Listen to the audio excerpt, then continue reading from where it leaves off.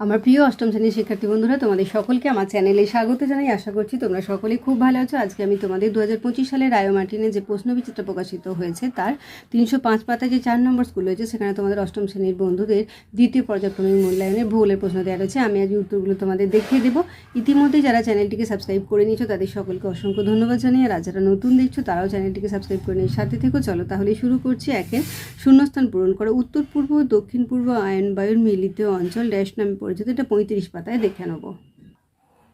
উত্তর পূর্ব দক্ষিণ পূর্ব আয়নবায়ু নিরক্ষীয় অঞ্চলে মিলিত হয়। এই স্থানীয় আন্তঃক্রান্তীয় অভিসরণ অঞ্চল বা ITCZ। এই অঞ্চলের আরেক নাম নিরক্ষীয় শান্ত বলয়। লিবিয়া মরুভূমির উষ্ণ ও ধূলিপূর্ণ বায়ুকে বলা হয় শিরক্ষ দন্তস্বই র কয়ে কয়ে ওকা। এখানে ড্যাশ বায়ুকে স্থলবায়ু ও সমুদ্রবায়ু ও স্থলবায়ুর বৃহৎ সংস্করণও বলা হয়। এটা হবে মৌসুমী বায়ুকে।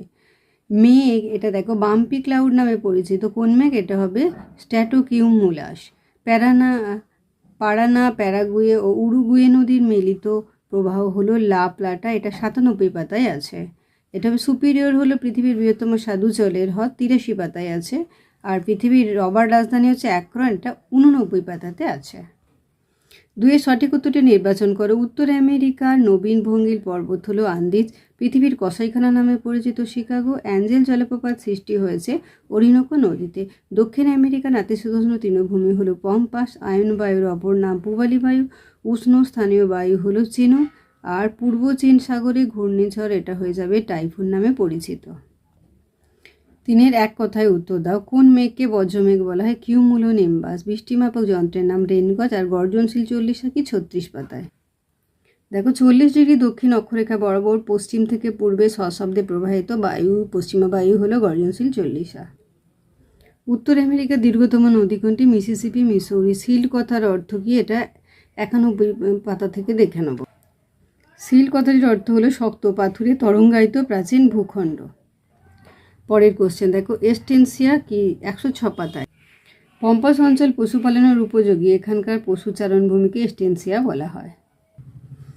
চারে সঠিক হলে শুদ্ধ লেখো এবং ভুল হলে অশুদ্ধ লেখো। দক্ষিণ আমেরিকার ক্রান্তীয় বৃষ্টি অরণ্য সেলভা নামে পরিচিত, শুদ্ধ। কানাডিয়ান সিল্ড অঞ্চলের হ্রদগুলি বায়ুর ক্ষয়কার্যের ফলে গঠিত হয়েছে, অশুদ্ধ। পশ্চিমা বায়ুর অপর নাম বাণিজ্য বায়ু, অশুদ্ধ। শীতকালীন মৌসুমী বায়ুতে বৃষ্টিপাত অনেক বেশি হয়, অশুদ্ধ।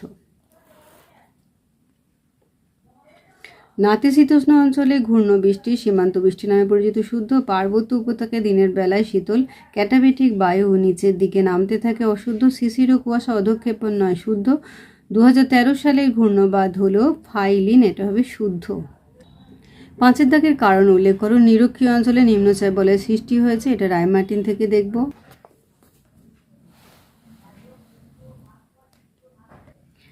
মুম্বাইয়ের তুলনায় পুনেতে বৃষ্টিপাত কম হয়।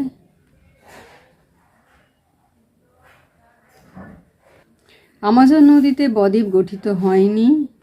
এটা টেক্সট বইয়ে তোমাদের ভূগোল বইয়ের 100 পাতাতে রয়েছে। ক্রান্তীয় অঞ্চলে মহাদেশের পশ্চিম দিকে অধিকাংশ মরুভূমির সৃষ্টি হয়েছে, রায় মার্টিন থেকে।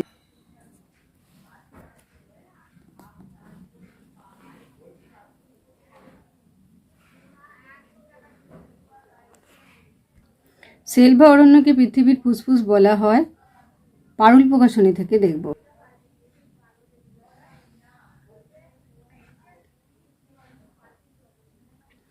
পেইরি তৃণভূমিতে প্রচুর গম উৎপন্ন হয়। তোমাদের বইয়ে দেখো ভূগোলে 87 পাতাতে রয়েছে। 6 উপযুক্ত চিত্রসহ যে কোনো দুটি প্রশ্নের উত্তর দাও। পৃথিবীর চাপ বলয়ের সঙ্গে নিয়ত বায়ু প্রবাহের সম্পর্ক চিত্রসহ আলোচনা করো, রায় মার্টিন থেকে দেখব। এই চিত্র অঙ্কন করে দেবে আর এই যে লেখাটা লিখবে। চিত্র উদাহরণসহ শৈলক্ষে বৃষ্টিপাতের উৎপত্তি। তোমাদের ভূগোল বইতে 47 পাতাতে রয়েছে, লেখাটা লিখবে আর এই চিত্রটা অঙ্কন করে দেবে। উত্তর আমেরিকার হ্রদ অঞ্চলে শিল্পোন্নতির কারণ আলোচনা করো, পারুল প্রকাশনী থেকে একটু দেখব। এই যে